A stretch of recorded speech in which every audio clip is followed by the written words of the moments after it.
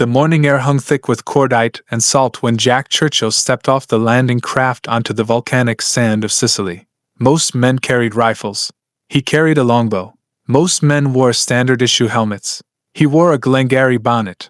And while every soldier around him checked ammunition counts and grenade pouches, Churchill quietly tested the tension on a bowstring that had no business being anywhere near a 20th century battlefield. The year was 1943, and the British Army was about to learn that some men refused to fight wars the way wars are supposed to be fought.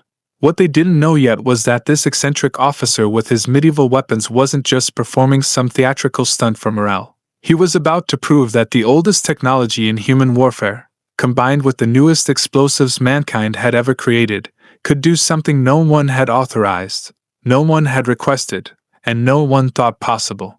But first, someone had to tell him no. The weapon itself looked like madness. A traditional English longbow, the kind that won Agincourt 5 centuries earlier, modified with leather straps and metal fixtures that shouldn't have been there. Churchill had spent weeks in England working on the design in secret, knowing that if he submitted proper paperwork, if he went through official channels, the answer would be automatic rejection. The concept was simple in the way that insane ideas often are. He would take standard-issue Mills bombs, the handheld grenades every British soldier carried, and attach them to arrows. Not just balance them or tie them loosely, but secure them with a rigging system that would keep the grenade stable during flight, while allowing the pin to be pulled just before release. The arrow would carry the explosive across distances no human arm could throw, delivering it with the accuracy of a weapon that had been refined over centuries of use. The explosion would detonate on impact or shortly after, depending on the fuse setting. In theory, it gave one man the ability to strike hardened positions from angles and distances the enemy wouldn't anticipate. In practice, it meant Churchill was walking around with a homemade explosive delivery system that violated probably a dozen military regulations he'd never bothered to read. The first time he demonstrated the weapon to his commanding officer, the response wasn't enthusiasm. It was horror, not because the concept was flawed, but because it worked. When the arrow struck the test target and the grenade detonated exactly as intended, sending shrapnel through sandbags and wooden frames, the officer's face went white. This wasn't a question of effectiveness. This was a question of control. Armies run on standardization, on interchangeable parts and predictable outcomes. A soldier who builds his own weapon system, who introduces variables that can't be mass-produced or easily replaced, becomes a logistical nightmare. What happens when he runs out of arrows? What happens when the bowstring breaks? What happens when other men see this working and start improvising their own unauthorized modifications, turning an organized military force into a collection of individual experimenters, each one a potential disaster waiting for the wrong moment? The answer came down from higher command within days. The explosive crossbow, as they were calling it even though it was technically a longbow, was prohibited, banned. Churchill was ordered to return to standard weaponry and stop creating unauthorized munitions combinations that could get himself and others killed. He nodded politely when given the order. He filed the paperwork acknowledging receipt of the prohibition, and then he packed the bow anyway when his unit shipped out for Sicily, hiding it among personal effects and spare equipment where quartermasters wouldn't think to look. This wasn't defiance for its own sake. Churchill had already used the bow in combat before, had already put arrows through enemy soldiers in Norway when conventional weapons would have given away his position. He'd seen what silence could do on a battlefield, how one quiet kill could prevent an alarm that would cost dozens of lives. But the grenade arrows were different. They weren't about stealth. They were about solving a specific problem that kept getting British soldiers killed, a problem he'd watched play out in North Africa and now again in Sicily. Bunkers, fortified machine gun positions, concrete structures built into hillsides where enemies could pour fire down onto advancing troops while remaining almost completely protected from return fire. The standard solution was to call in artillery or air support, wait for the big guns to soften the position, then send men forward to finish the job. But artillery took time to coordinate. Air support might not be available, and while you waited for the proper procedure to work its way through the chain of command, men died in the open ground between cover and objective. The invasion of Sicily had gone well in the broad strategic sense, but well in military terms still meant blood and chaos for the men on the ground. Churchill's unit, No. 2 Commando, had been tasked with pushing inland from the beaches, securing a series of defensive positions the Germans had established in the rocky terrain above the coastline. Intelligence reports indicated light resistance. Intelligence reports were wrong. The Germans had reinforced the area with veteran troops who knew exactly how to use the landscape. They'd positioned machine gun nests in natural choke points, places where the British would have to advance through narrow valleys or up exposed slopes with nowhere to hide. The first assault went exactly as these things usually went. Men moved forward under cover of darkness, trying to reach the enemy positions before dawn would make them visible. They were spotted anyway. The machine guns opened up. Soldiers dove for cover behind rocks and scrubbed vegetation that wouldn't stop bullets, but at least made them harder to see. Officers screamed coordinates into radios, requesting support that would take 20 minutes to arrive if it came at all. And in the gray space between night and morning, men started making the calculations that soldiers have made since warfare began. How much ground to the objective? How much cover along the way? Whether the odds of survival justified the attempt, or whether staying pinned down would just delay the inevitable. Churchill watched this from a position further back, watching through binoculars as his men took fire from a bunker complex they couldn't effectively engage. The concrete structures were built into the hillside at an angle that protected them from direct fire. Grenades thrown by hand fell short. Rifle fire sparked uselessly off reinforced walls. One soldier made it close enough to attempt a satchel charge placement, and was cut down 10 feet from his objective, his body sprawled in the open where no one could reach it without drawing the same fire. This was the math of static warfare, the equation that had killed millions in the previous war, and was still killing thousands in this one. Whoever held the fortified position could kill anyone trying to take it until something bigger came along to dig them out. The system worked as long as you had patience and didn't mind spending lives while you waited. Churchill had neither patience nor any intention of spending his men for a problem he'd already solved, prohibition or not. He assembled the bow quietly, away from where senior officers might see and ask questions.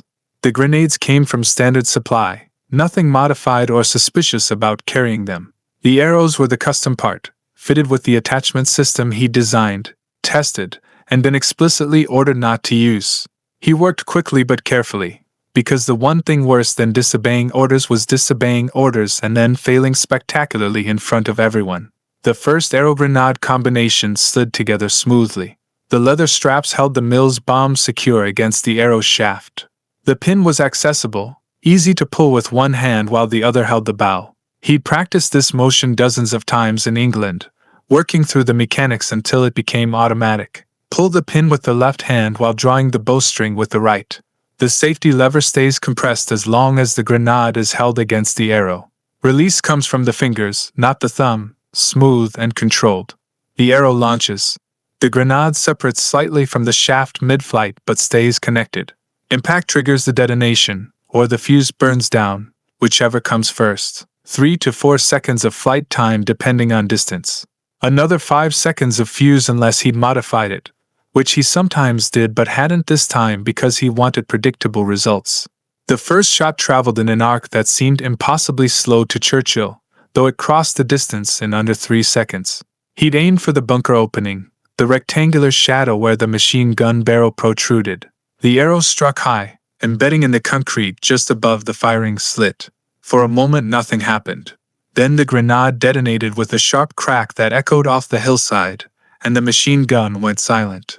Not destroyed, probably, but suppressed. The men inside were dealing with the blast, with the shock and the fragments, and the sudden understanding that their protected position had just been attacked from an angle they hadn't anticipated. Churchill was already preparing the second arrow before the smoke cleared. This one he aimed lower, trying to drop it through the firing slit itself. The shot required more arc, more elevation, accounting for the arrow's weight and the grenade's drag. It flew true until the last moment when wind caught it, pushing the trajectory 6 inches left. The arrow struck the exterior wall and detonated outside the bunker, doing no real damage but creating more noise, more pressure, more reasons for the Germans inside to reconsider their current location. The third shot went through the opening. Churchill saw it disappear into the shadow of the bunker an instant before the explosion came from inside, muffled and deep. The machine gun didn't fire again. Smoke drifted from the firing slit, gray and oily. When British soldiers advanced toward the position 30 seconds later, they met no resistance.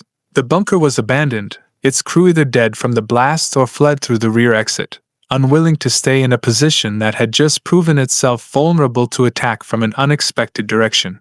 One position cleared. 7 more to go, according to the intelligence maps that were sometimes accurate, and sometimes fantasies drawn by people who'd never seen the actual terrain. Churchill moved forward with his unit, the bow still strung and ready, more grenade arrows prepared in a quiver that was definitely not standard issue, and definitely not authorized for the weapon he was definitely not supposed to be carrying into combat. The second bunker complex was larger, 2 connected positions with overlapping fields of fire. Taking one wouldn't silence the other. They'd have to be hit simultaneously or in such quick succession that the second crew couldn't react and adjust. This required coordination, timing, and a level of precision that most officers would have said couldn't be achieved without radio contact and detailed planning. Churchill made eye contact with his sergeant, pointed at one bunker, then the other, held up 2 fingers and made a quick pulling motion. The sergeant understood immediately, gathered a team, and moved into position to assault the second bunker the moment the first went silent. No words exchanged, no complex signals, just the understanding that comes from men who fought together long enough to predict each other's thinking. Churchill sighted on the first bunker, adjusted for a slight uphill angle, pulled the pin and drew in one smooth motion. The arrow launched. The grenade detonated inside the firing position. The sergeant's team moved instantly, rushing the second bunker while its crew was still processing the explosion from the first. By the time the Germans realized they were under direct assault, British soldiers were already at their firing slick, dropping grenades through the opening with considerably less accuracy than Churchill's arrows, but enough violence to make accuracy irrelevant at that range. 2 bunkers cleared, then 3. When a third position surrendered without firing a shot, its crew emerging with hands raised after watching what had happened to the others. The German soldiers looked confused as much as defeated, staring at the bow in Churchill's hands like they'd been attacked by someone from a different century, which in some ways they had. Medieval technology and modern explosives, combined by a man who saw no contradiction in mixing eras if the combination killed enemies and saved his own men. But success created its own problems. Other officers were noticing now, watching Churchill work his unauthorized weapons system with results that couldn't be argued with. A captain approached, demanding to know what exactly Churchill was doing and under whose authority he was using improvised munitions in combat. The answer to the first question was obvious. The answer to the second question was more complicated, because the truthful response would be that Churchill was operating under his own authority, having decided that a prohibition issued by people not currently being shot at was less important than solving immediate tactical problems. That wasn't what he said out loud. What he said was that the weapon had proven effective, and that he intended to continue using it until ordered otherwise by someone in his direct chain of command who was present on the battlefield. The phrasing was careful, technically respectful, and completely ignored the fact that he'd already been ordered otherwise by people who technically outranked everyone currently standing on this hillside. The captain stared at him for a long moment. In the distance, another machine gun opened fire on British positions, raking a squad that had tried to advance without proper cover. Men screamed. Officers shouted orders. Medics ran forward under fire to reach the wounded. The captain looked at the bow, at the remaining bunkers on the hillside, at the dead and wounded being created by positions that conventional weapons couldn't easily suppress. Then he looked back at Churchill and said nothing, just nodded once and walked away. Permission granted through silence. Authority transferred through the unspoken acknowledgement that sometimes the man with the solution matters more than the man with the regulations. Churchill took that as his authorization to continue, which was exactly what he'd planned to do anyway but preferred to do with tacit approval rather than open mutiny. The 4th bunker was partially collapsed, damaged by earlier naval bombardment but still occupied and still firing. Churchill put 2 arrows through the opening in quick succession, not waiting to see the results of the first before launching the second. Both detonated within seconds of each other, creating a combined blast that brought down more of the damaged structure and sent the surviving defenders running from the rear exit. The 5th position was built into a rock formation that provided natural overhead protection, making it nearly immune to artillery or air attack. The only vulnerable point was the firing slit itself, a narrow horizontal opening barely 12 inches tall. Churchill's first shot missed, striking rock and detonating harmlessly. His second shot flew true, but the grenade failed to detonate, a dud that happens sometimes with mass-produced munitions. His third shot went through the opening and exploded inside, silencing the position. 3 arrows to kill 1 bunker. Inefficient by some measures, but still faster and cheaper than calling in a naval bombardment, or waiting for heavy weapons to be brought forward through terrain that wasn't suitable for vehicles. The 6th and 7th bunkers fell to a combination of Churchill's arrows and conventional assault, his explosive projectiles suppressing the positions long enough for infantry to close the distance and finish the job with grenades and small arms. By the time the 8th and final bunker was in sight, Churchill was down to his last 2 arrow-grenade combinations. He'd brought more arrows but had run out of grenades, having used most of his personal supply and borrowed more from soldiers who were happy to contribute if it meant they didn't have to charge machine gun nests. The final position was the largest of the complex, built into a natural cave system that provided multiple chambers and firing positions. Taking it with conventional methods would require either heavy explosives or a time-consuming clearing operation that would cost lives in the tight confines of cave fighting. Churchill studied the position through binoculars, looking for weak points, for angles of attack, for any vulnerability he could exploit with the limited ammunition he had remaining. The main entrance was obvious, a wide opening large enough for vehicles, heavily defended with sandbagged positions and clear fields of fire. But there was a second opening higher up the hillside, smaller and partially hidden by vegetation. A ventilation shaft, probably, or a secondary exit. Definitely not designed for defense. Possibly not even guarded if the Germans inside thought the entrance was too small or too difficult to reach. He made the climb alone, moving slowly up the rocky slope, using scrub brush and stone outcroppings for cover. The angle was steep enough that anyone watching from below would lose sight of him quickly.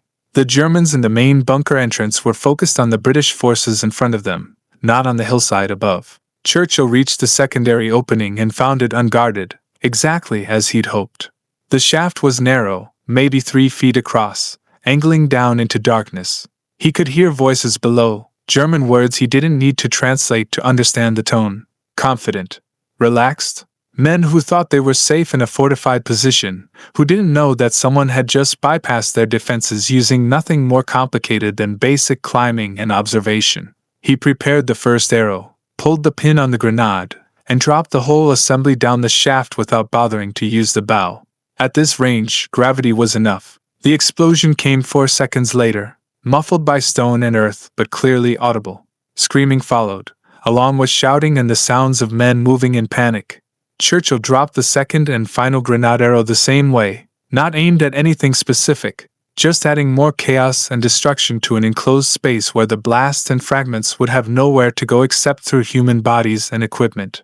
The main entrance erupted with Germans a minute later, soldiers fleeing the bunker with hands raised or weapons abandoned, coughing from smoke and dust, bleeding from fragment wounds, defeated not by overwhelming force but by a single man with a bow and 2 grenades who'd found the one angle they hadn't defended.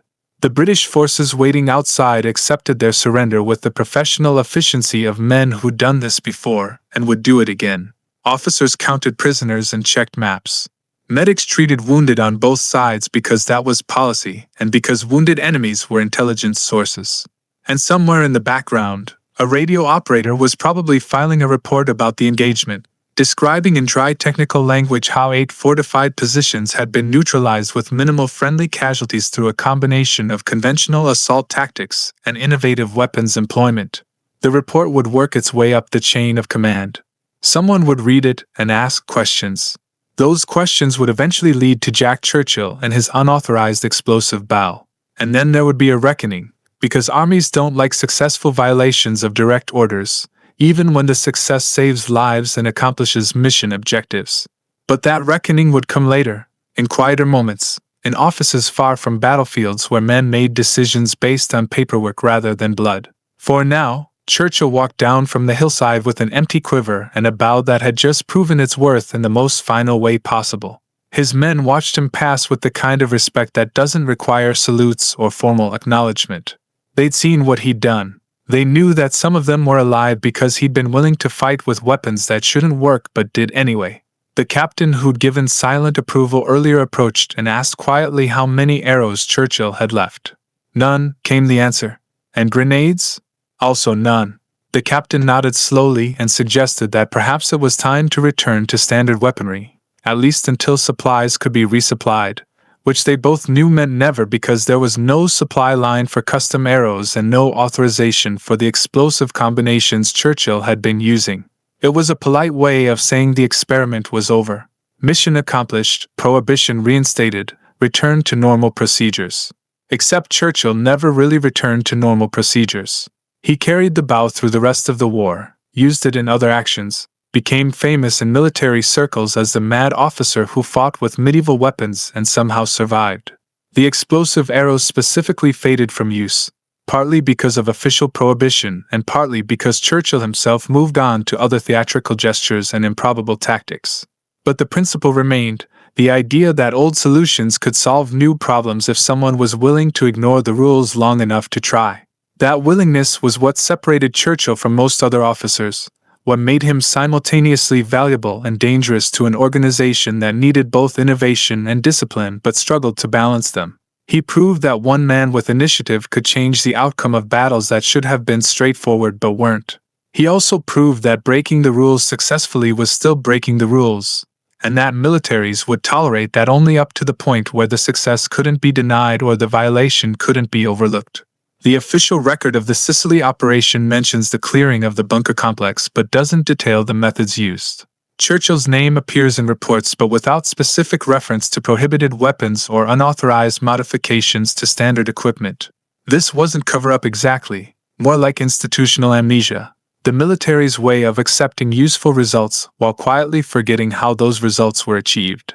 Years later, when historians asked Churchill about the explosive bow, he confirmed the basics but was vague on details, partly because the official prohibition had never been formally rescinded and partly because he'd done so many other improbable things during the war that this particular incident blended into a larger pattern of eccentricity. He'd led bayonet charges while playing bagpipes. He'd captured German soldiers with a sword. He'd survived situations that should have killed him through a combination of luck, skill, and absolute refusal to fight wars the way other people thought they should be fought. The bow was just one piece of a larger picture, one weapon in an arsenal of unconventional approaches to conventional problems.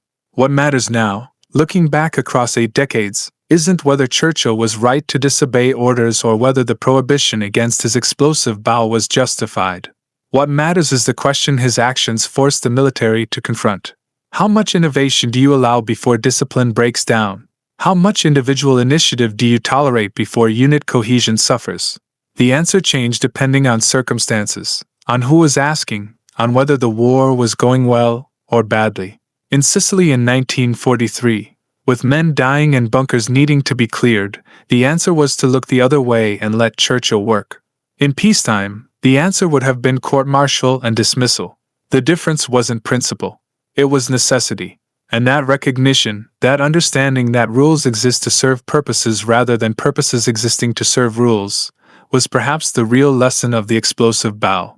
Not that old weapons could be modernized with new explosives, though that was certainly true. Not that one determined officer could change battlefield outcomes, though Churchill proved that repeatedly. But that military organizations, for all their emphasis on standardization and procedure, ultimately survived and succeeded based on their ability to recognize when the rules needed to be bent and who could be trusted to bend them without breaking everything else in the process. Churchill was that kind of man, for better and worse. He cleared 8 bunkers with a weapon he'd been told not to build and ordered not to use. He saved lives by risking his own in ways that made senior officers nervous and subordinate soldiers grateful. He proved that medieval technology could kill modern soldiers when combined with contemporary explosives and applied by someone who understood both warfare and human psychology. And then he put the bow away, not because he'd been forced to but because the specific problem it solved had been solved and other problems required other approaches. That pragmatism, that ability to switch between theatrical gestures and practical solutions, was what made him effective rather than just memorable. Anyone could carry a bow into battle as a stunt. Churchill carried one because it worked, used it until it didn't serve a purpose anymore, then moved on to the next improbable weapon and the next impossible situation. The explosive bow was prohibited before he ever fired it in combat, and remained prohibited after he proved it could clear fortified positions. The prohibition didn't matter. What mattered was that when men needed those bunkers cleared, someone had been willing to ignore the prohibition long enough to get the job done. That willingness, more than any specific weapon or tactic, was what won battles and occasionally won wars. And that's the part of the story that tends to get lost when people focus on the spectacle of arrows and grenades, on the image of a British officer fighting like a medieval archer while surrounded by machine guns and modern artillery. The spectacle was real, but it was never the point. The point was always solving problems that conventional thinking couldn't solve, saving lives that conventional tactics would have spent, and proving that sometimes the best answer to the question, "How do we take that position?" was to ask someone who didn't know what was impossible and therefore didn't know what couldn't be tried. Churchill didn't know that bows couldn't carry grenades far enough to matter, so he tried it anyway. And for one day in Sicily, against 8 German bunkers built into a hillside, that was exactly enough.